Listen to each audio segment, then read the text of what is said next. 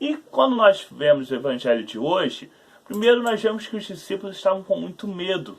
Jesus tinha acabado de ser crucificado, né? Lembrando, a crucificação era a pior pena de morte possível, era só para aqueles maiores inimigos do governo que tinha, aquelas pessoas que eles queriam dar como exemplo para ninguém seguir, líderes rebeldes, pessoas assim que eram consideradas as piores das piores pela sociedade. Então essas pessoas é que eram crucificadas. Então, quando Jesus é crucificado, não era só uma forma de punir ele, era um aviso para todos que por algum motivo apoiassem ele, estivessem ligados a ele.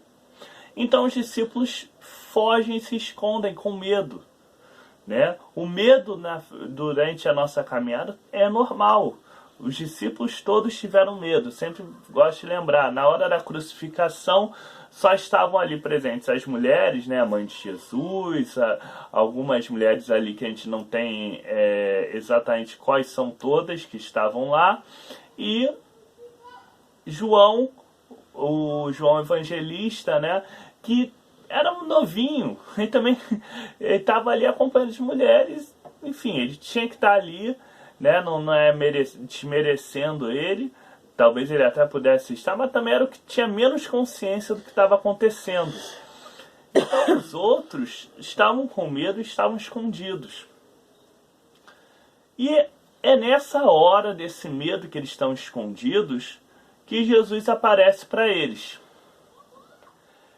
Tomé não estava com eles. Isso é uma coisa interessantíssima.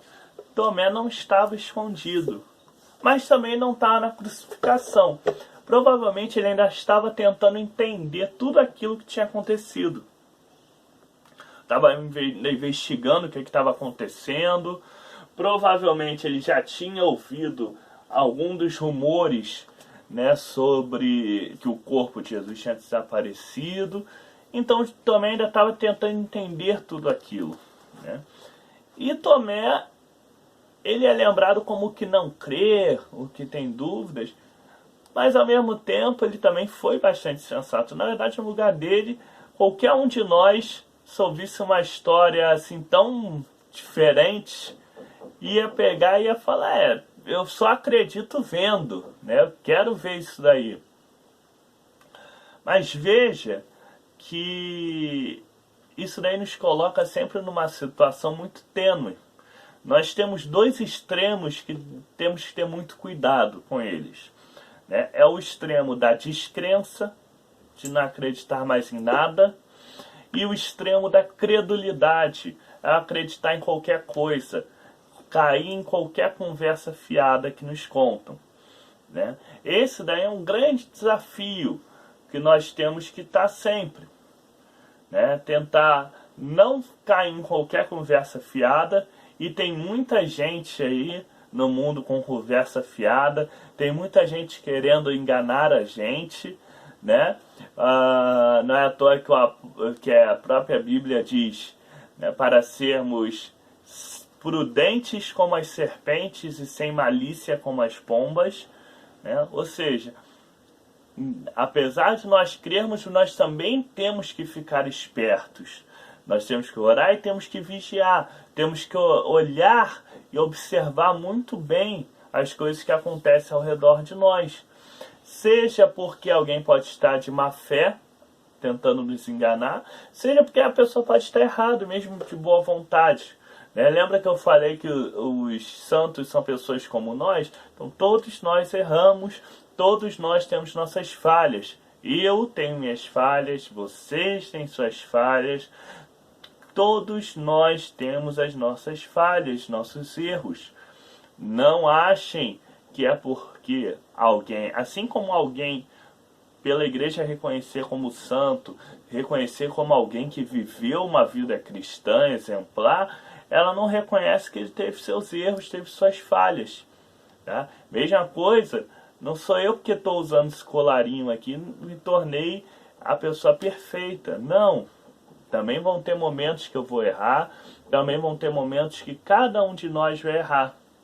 Por isso nós temos que buscar sempre ter o discernimento sobre tudo que a gente ouve, tudo que a gente vê. Hoje em dia nós vemos aí uma infestação, já tem até um nome famoso, o nome da moda, as fake news, né? Na minha época era só mentira. Pronto. É o nome mais simples. Nós vemos mentira o tempo todo. Na internet, nas conversas, né, com amigos, com conhecidos, com familiares. A mentira, seja aquela que é falada intencionalmente para enganar o outro, ou seja aquela mentira que a pessoa acreditou e está passando para frente. Então todos nós, como cristãos, temos que ter discernimento do que nós estamos vendo, do que nós estamos acreditando, do que nós estamos ouvindo, né? Tudo que nós olharmos, ouvirmos, seja dito por quem for, seja por mim, seja pelo bispo, seja por, quando nós lemos as Escrituras, né, grandes homens de Deus falando e fazendo certas coisas, nós também temos que ter discernimento, porque aliás uma das coisas mais ricas da Bíblia é isso, ela não esconde o lado ruim e o erro de ninguém, ela mostra. Davi, que era o homem segundo o coração de Deus, foi um adúltero, foi um homem que mandou uma das pessoas mais leais dele para a morte, né? Foi um homem que errou inúmeras vezes, e Deus mesmo mostra isso para ele. Então não é assim, mas Davi fez isso, eu posso fazer. Não, a Bíblia está mostrando, Davi também fez besteira. Salomão, o homem mais sábio que já existiu, também fez besteira. Todas as pessoas na Bíblia fizeram besteira, todos os seres humanos na Bíblia, né? Só Jesus que apesar de ser humano também foi divino, então ele conseguiu não cair nessa. Mas todos os outros erraram em algum momento. Todos nós, isso é o significado de dizer que todos nós pecamos. É por isso que, inclusive, o apóstolo João vai dizer, se nós dizemos que não pecamos, então nós estamos fazendo Deus de mentiroso. Mas, se nós confessamos os nossos erros, então Deus é bom e misericordioso para nos perdoar. Então, tenhamos muito discernimento, muito cuidado. Nós sempre temos pessoas que consideramos pessoas amadurecidas na fé, pessoas que são inspiração para nós, seja as que já estão na glória de Deus, seja as que ainda estão conosco, mas são pessoas.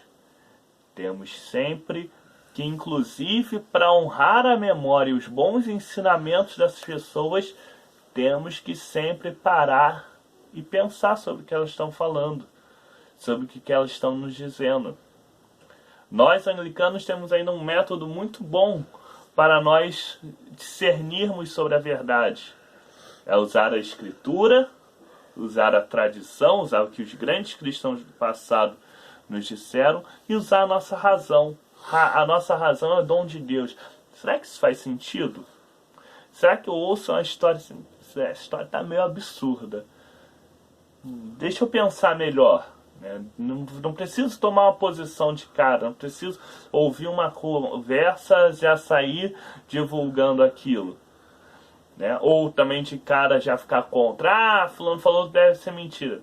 Deixa eu ver, ele falou isso, deixa eu ver, deixa eu parar para pensar à luz das Escrituras, deixa eu parar para pensar usando a minha própria mente. Deixa eu parar para pensar, vendo que grandes cristãos, pessoas que consideram grandes cristãos, estão dizendo sobre aquilo, né? O que eles disseram lá no passado, o que eles deixaram para a gente sobre isso. E também ainda podemos acrescentar a nossa experiência nisso, nossa experiência com Deus. Bota em oração, tá na dúvida do caminho certo, bota em oração, tenta discernir. Deus, eu não tenho certeza. Coloca lá, pede para ver a questão com os olhos de Cristo.